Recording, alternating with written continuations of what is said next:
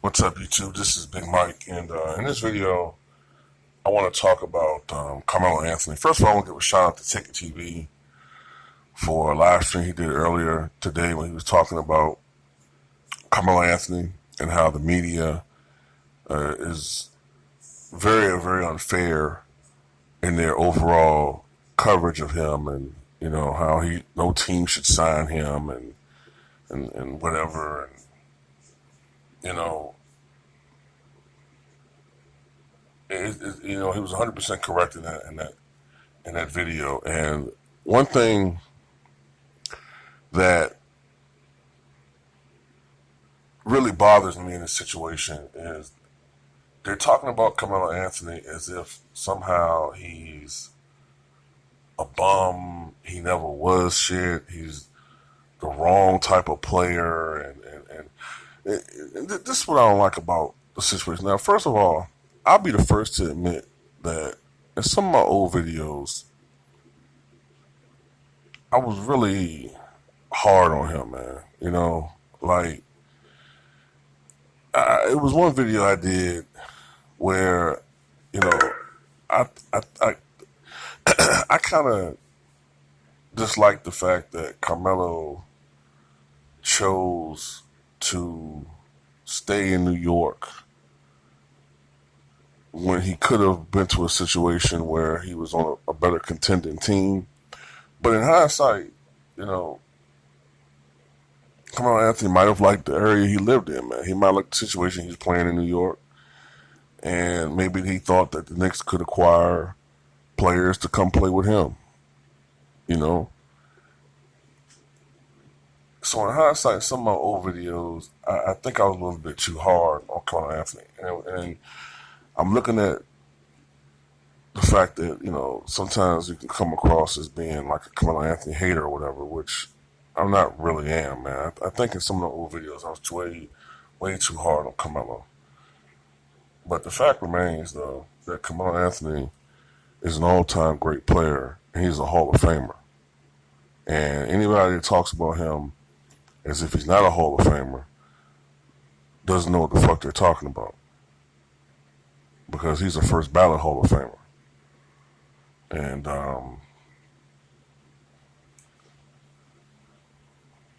right now, he's a 12-time All-Star. Okay, he has 25,551 points. So that places him 22nd all time in scoring. He's only 63 points away from passing the guy who's right in front of him in all time in scoring, and the guy that most people compare him to because they both were small forwards, both high scoring forwards, and they both had long tenures with Denver Nuggets, and that's Alex English. And as a matter of fact, Alex English is the all-time leading scorer in the NBA during the 1980s. A lot of people don't know that. They think it's maybe Michael Jordan or Karl Malone or Kareem Abdul-Jabbar or somebody like that, but it's Alex English. And for him to be that close to Alex English is remarkable.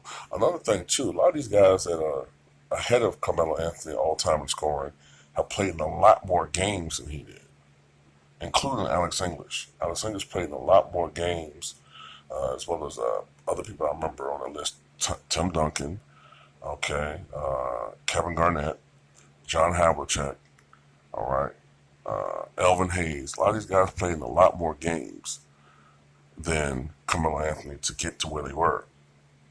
So on a per game basis, Carmelo Anthony is one of the premier scorers in the history of the NBA. All right, his numbers are somewhat comparable to Kobe Bryant. I think it's something like 24 points, 6 rebounds, and 3 assists. So, he's not as good as Kobe Bryant. And it did used to annoy me at one point in time when the media used to say that he was a better scorer than Kobe, which I don't believe so. But it has to be said that as of right now, still, Carmelo has a higher career field goal percentage than Kobe. Not by much, but he does. And he has a higher career three-point shooting percentage than Kobe. Interesting because remember, at one point in time, people said that Kobe was a better outside shooter than Carmelo. But, you know, the numbers don't necessarily support that. Although Kobe took a lot more outside shots than Carmelo, he wasn't more accurate from three-point distance than Carmelo. But we have to look at Carmelo for what he was, man. He was a baller. He was one of the premier players of his generation. And probably outside of LeBron James, he's probably the best small forward of his generation. And at one point in time, in the 2003 draft, it was argued who was going to be the best of these three guys. Carmelo, LeBron, Wade. It was one point in time where you could say Anthony was the most heavily touted. He was the most accomplished because he had just led Syracuse to a national championship. And LeBron James, as great as he was, there was some people saying, well, he's still very young. All of them were very young, but, some people thought Carmelo might have the better career. Now, ultimately, LeBron James was the better of the three, but Carmelo Anthony won't chop liver. So for people to act like this guy is some bum is ridiculous because there's no way in hell that a guy of his caliber, put in the right situation, can't be an asset. In some ways, the way that they talk about him kind of reminds me of another player from the 80s, and it's a guy named Adrian Dantley. Adrian Dantley was a high-scoring forward. The 1980s was an era for the forward position.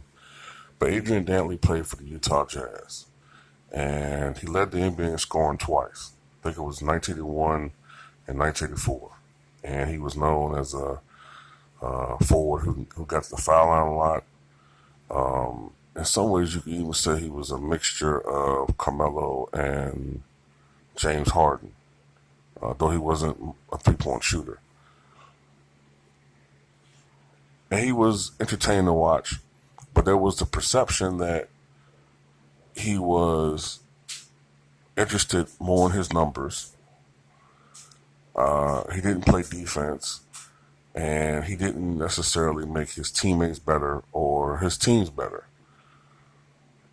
And he ended up being traded to Detroit Pistons. And although he was effective as a Detroit Piston, many people within the organization, including Isaiah Thomas, although I don't think he ever going to admit it, didn't like Adrian Dantley, and they felt like his game didn't mesh well with Detroit. He was an ISO player, like Carmelo Anthony is an ISO player, and some people felt like his game at times didn't mesh well with the Pistons. So they used that as an excuse in the media. The media didn't like Adrian Dantley. So what ultimately happened was Isaiah Thomas, who had power in the organization, got the organization to trade him to Dallas for Isaiah Thomas's buddy, Mark Aguirre. And ultimately, with Aguirre, they won back-to-back titles. But what's forgotten is that with Adrian Dantley, they got the Game 7 of the 1988 NBA Finals. And if it wasn't for the late foul on Abdul-Jabbar, which was kind of a phantom foul, the Pistons probably would have won the title. And if Adrian Dantley had won the championship, even though he's a Hall of Famer, the perception of him would be different. So there's a lot of parallels with that, man. I think that Carmelo Anthony gets a raw deal. And I think if he were to play with a guy like LeBron James. I think that his game fits LeBron's very well. I don't think there would be much of an adjustment period for him if he were to play with a guy like LeBron James. Like other people who were big forwards, like a Kevin Love or a Chris Bosh, they had to initially adjust to becoming, I guess, what you would call a stretch four. They had to completely alter their games to play with LeBron. Carmelo wouldn't really have to adjust anything.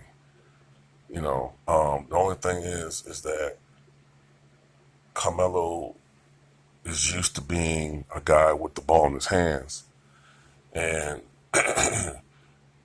in certain situations he could still be that, especially if he were to come off the bench.